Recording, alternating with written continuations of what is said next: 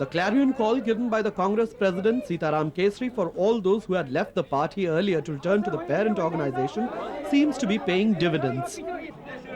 The return of the prodigals began in right earnest with the high-profile re-entry of Madhav Rao Scindia. Since then, there have been other euphoric scenes in the Congress office. But the reunification received its first major hiccup when the Congress Tiwari took a unanimous decision to integrate into the Indian National Congress unconditionally. The Congress under Narasimha Rao was a different Congress. And there was a history. Now if Mr. Sitaram Kesri will take over the Congress, it will be a different Congress and the power equations will have to be settled. While this was welcomed by many congressmen, the lukewarm response to the offer from the Congress High Command was in sharp contrast to the immediate and ecstatic reception given to Mr. S. Bangarappa, whose return was formalized last week in Bangalore in a public meeting. A meeting which was even attended by Mr. Sitaram Kesri. Political observers claim that the reluctance on the part of senior leaders to readmit N.D. Tiwari and Arjun Singh faction raised fundamental questions about the ramifications of the unity move. All these parties, other Congress party are not coming back to the main Congress party.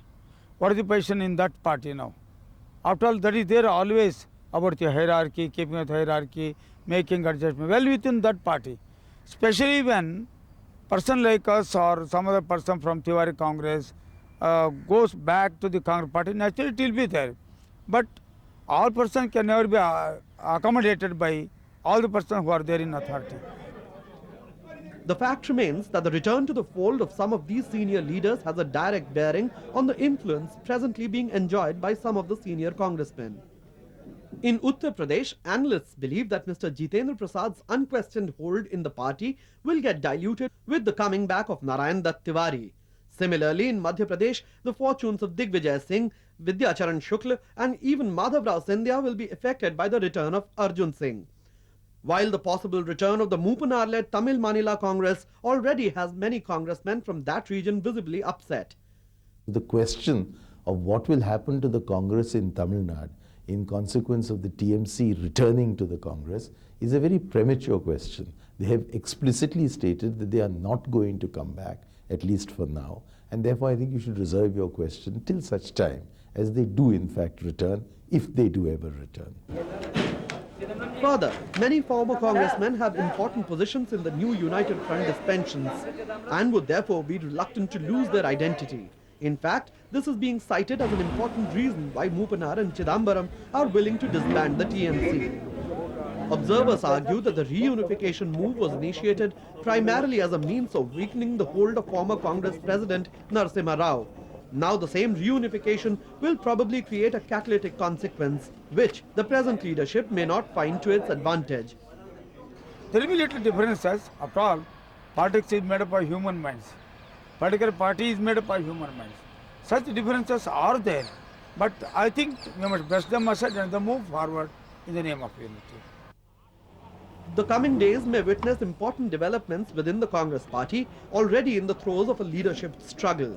Commentators maintain that the unity moves could get a fresh fillip with the removal of Narasimha Rao from his post as leader of the parliamentary party. The first step, of course, is Narasimha Rao's exit and Mr. Sitaram Kesri to take totally over.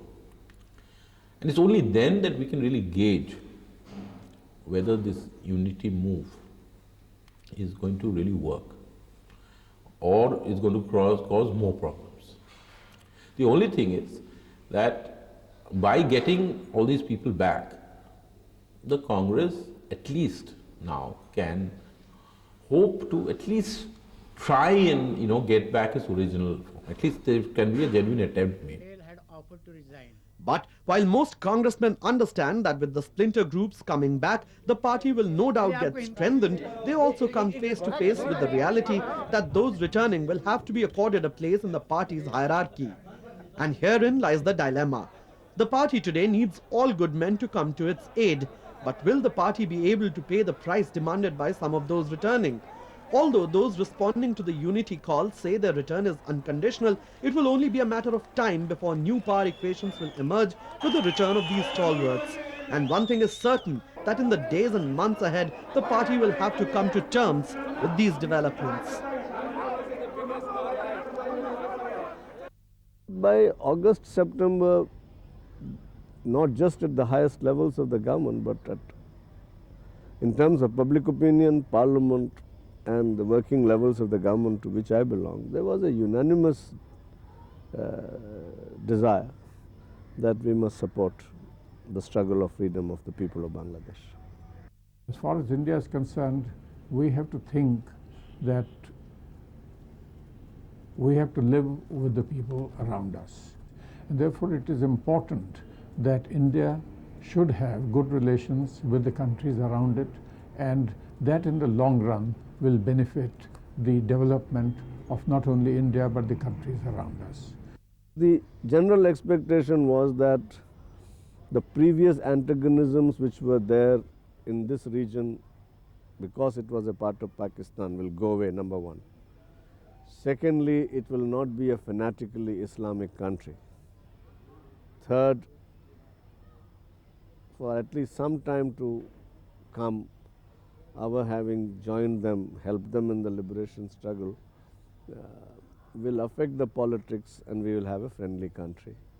We have done two things during Hasina Wajid's recent visit, two major things. One is water, second is we have liberalized trade, because Bangladesh has a very adverse balance of trade. Both these things are good beginnings, and I hope it becomes the basis for building up further relations.